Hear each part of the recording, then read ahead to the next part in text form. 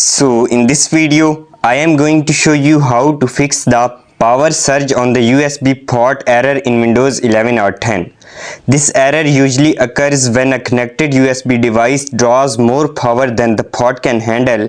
By following these steps, you will be able to prevent your USB devices from disconnecting unexpectedly. So let's start the video. First, right click on the Start menu and select Device Manager from the options. In Device Manager, expand Universal Serial Bus Controllers.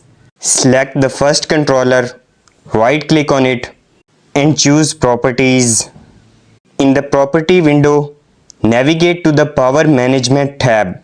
Uncheck the option that says Allow the computer to turn off this device to save power and then click OK. Repeat this process for all USB controllers. This method should resolve your issue. If not, then let's try disabling the USB Selective Suspend feature to fix the power surge issue. To do this, go to search bar and type Control Panel. Now open the Control Panel when it appears and navigate to Power Options.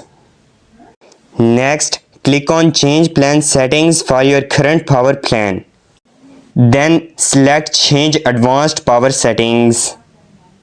In the new window, expand the USB Settings section and find the USB Selective Suspend setting.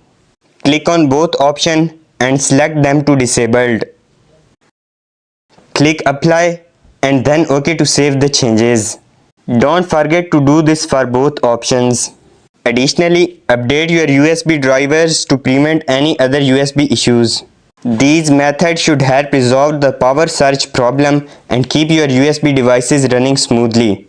If you found this tutorial helpful, so don't forget to liking the video and subscribing to my channel.